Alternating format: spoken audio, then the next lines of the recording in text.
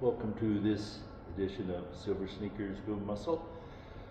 Last time I talked about some goal setting strategies or things we might want to do in the long run, the next 10 years, 20 years, 30 years. For me, some of the most important was to maintain independence, my ability to carry my own groceries, go shopping, be able to drive, enjoy my days. And I think the most important in those is to maintain a sense of wonder or awe. To do that, I try and write in a journal every day and at least come up with one thing I'm grateful for. Maybe I'll relay the events of the previous day or my plans for the day. So I think on a shorter term, it's also important to keep in mind as we wake up, get ready for a day, is to set some goals for that particular day. Maybe it's to get in our exercise, our walk, meet with friends or have a discussion, read the newspaper or online version. So things have changed a bit. I prefer the old way. I have about a 100-yard walk to the mailbox. I like to walk to the mailbox, pick up the mail, pick up the newspaper, and so at least get that walk in. One thing I like about some of the new exercise guides is this zone 2 exercise. This is where we're doing a cardio activity, but we're still able to maintain a breathing rate that allows for normal talking, which I found to be quite beneficial. So on your walks, you don't have to push hard, just do a walk where you can get into that zone 2 and try and keep it going for 30 minutes or so. In a somewhat longer term, I'd like to set up a goal for maybe 6 months or a year. Sometimes it's to participate in a charity event like a donor dash. Not expecting to set any time records, but just to go through a 5K or so with a group of people. And my entry fee is usually donated to a worthy cause.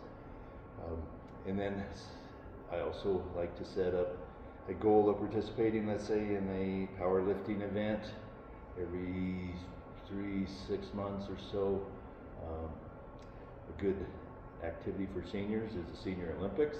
Comes around once a year. Most states have a senior games. My goal long term is to try and participate in that, in at least some event, not with the idea of setting any records, but of just having that goal to get that going. Today, come into the gym, it's early, nobody else is here. One of my activities is I like to straighten up the gym, even though I'm not an employee. I wipe down the restrooms, I pick up the weights that are strewn around, clean up things, leftover trash, leftover articles, put them in the lost and found. And even though I'm not a particularly neat person at home, I do, try and keep that up. But in the facility, I'm doing this not just for myself, but for other people, which gives me a sense of satisfaction. So today I'm going to start off just trying to get into a mode of exercise. Sometimes you just don't feel like doing much. So I'm going to just start off with some curls, but doing them descending, where I'm going to take a fairly heavy dumbbell and do curls until I can't do any more, then move to a lighter weight and go from there. It's convenient if you have a facility that has a whole range of dumbbells to do this, from these black ones, which go from, 60 pounds or something, down to maybe 5, and then a bunch of these colored dumbbells, getting down to some that are extremely light.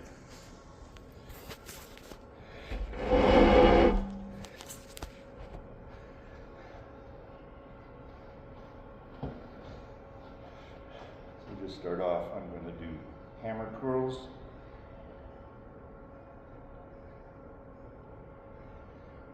You don't really need to count. You just want to get down to where you're really down to that 1 or 2 reps in reserve or even less.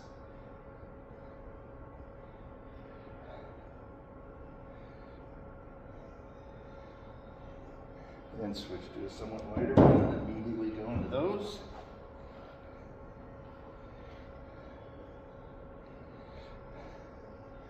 In my mind, I like to set a number to at least get to, let's say, 10 on each side.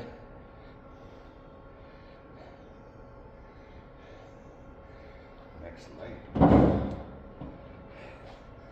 Down to 15s.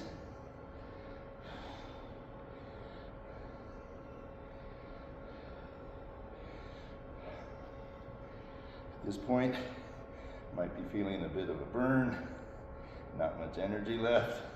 I'm going to switch to 12s.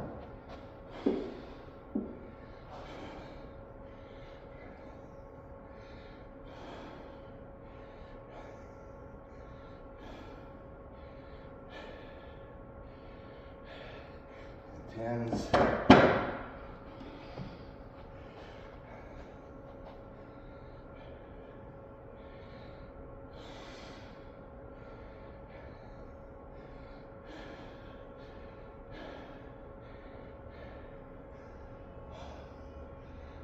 Eights. The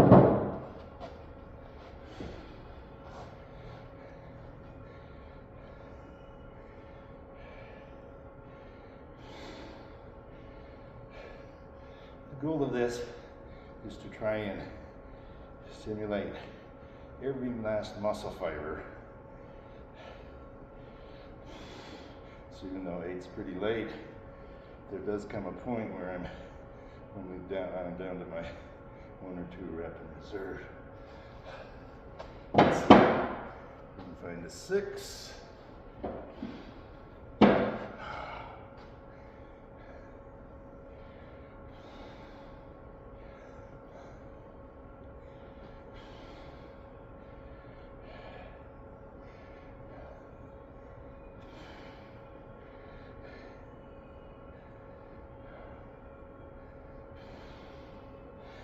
Whew. 5s.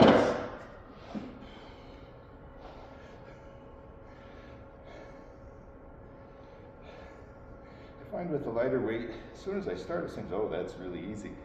Then after several reps, those muscles start complaining.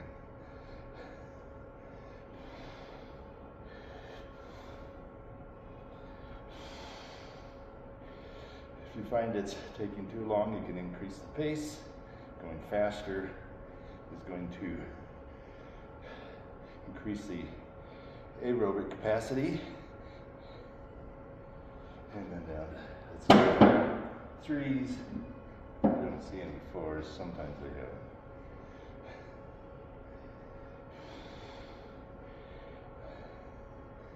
And this will be my last set.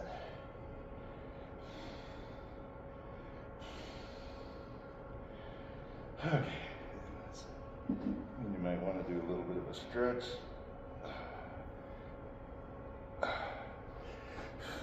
On a day when I don't really feel motivated to do my full workout, sometimes I'll just work on form.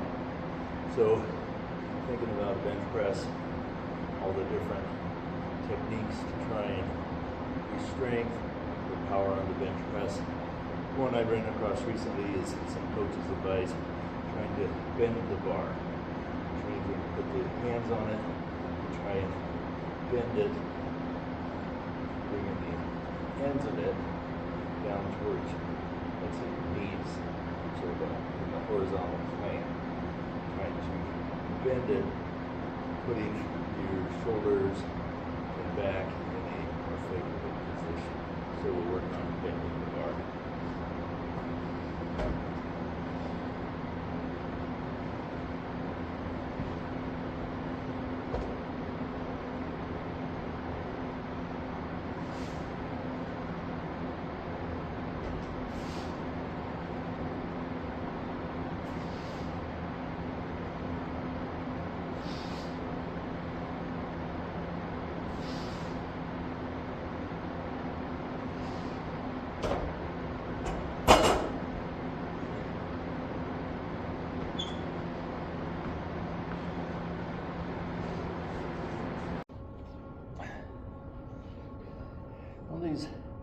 powerlifting exercises, the compound moves, require a lot of different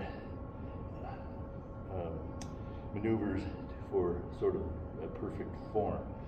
It can be quite complicated, maybe 10 or 12 different things to think of while you're performing the move. Well, that's too many. So what you have to do is practice, practice, practice.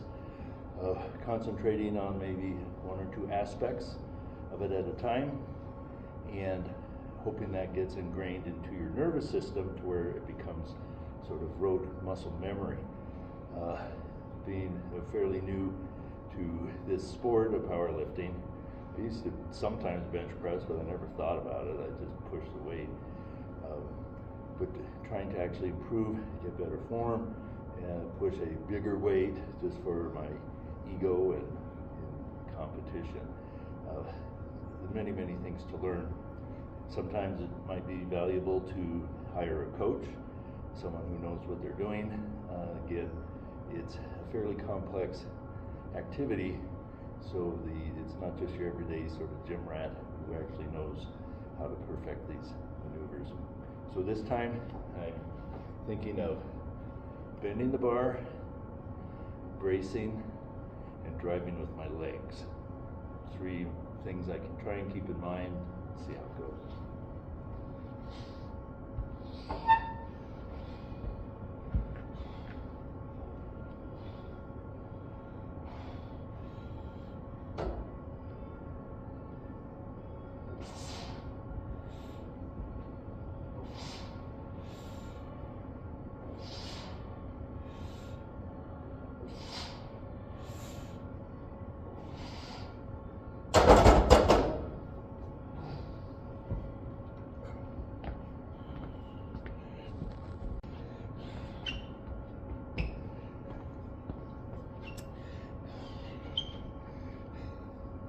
As I mentioned, there's a number of different aspects to bench pressing to try and keep in mind.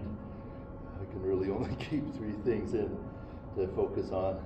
So for this next set, not only am I going to try and bend the bar, I'm going to think about pulling the bar towards my chest instead of just letting it drop.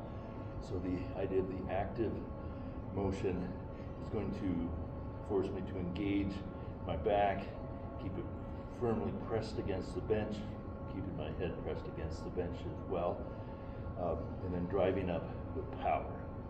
So bend, pull, and power. We'll see how it goes.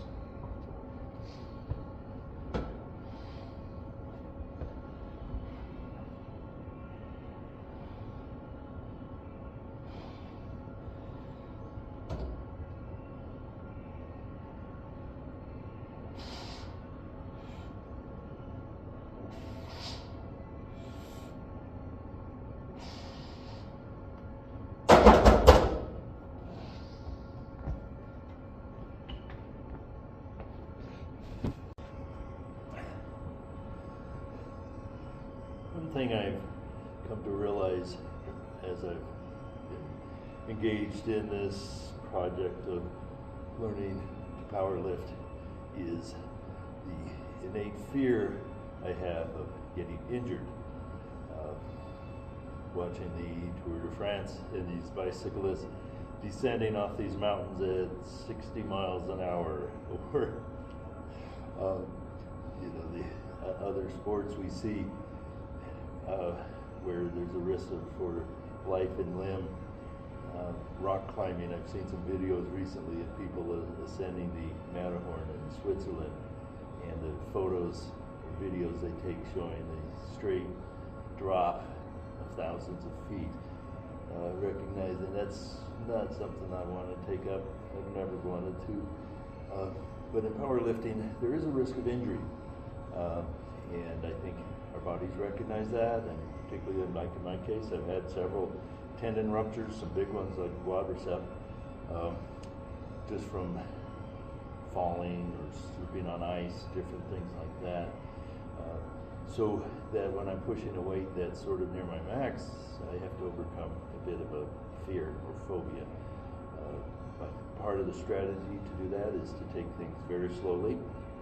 Don't try and hit your max lifts, just try and get close, 80–90% of what you think a max lift might be.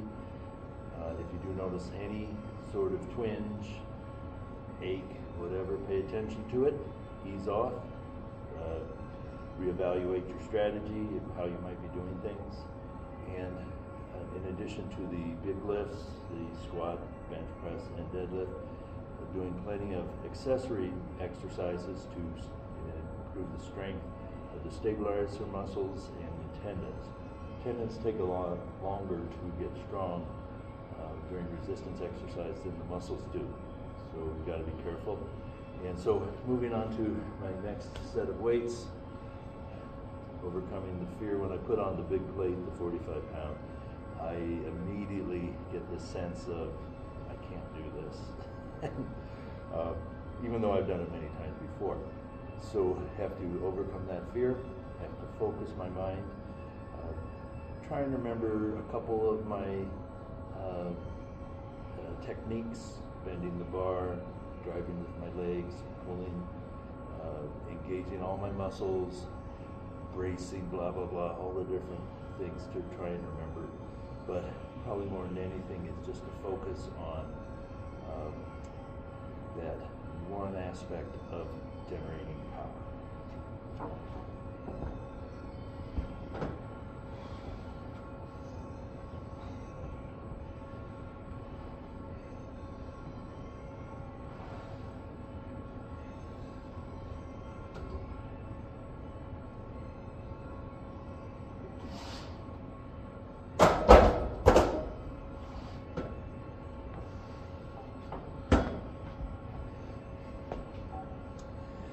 When I'm hitting weights that are closer to my max, I think it's a good idea to separate them, not to do consecutive, one right after another. Take a little bit of a pause, 20–30 seconds between each lift, so you can give your full concentration to the next one. We'll go for one more.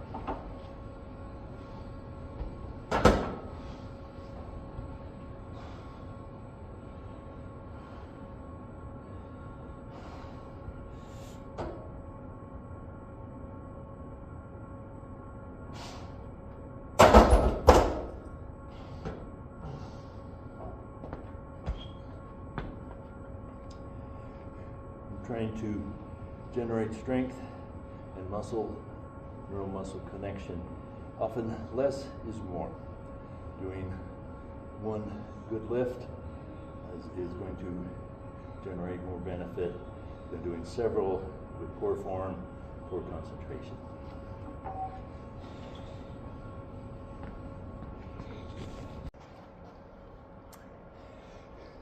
I have less than 2 weeks, actually 13 days, until my first powerlifting meet with USA Powerlifting. It's a local event, so there's no opportunity to set state or national records.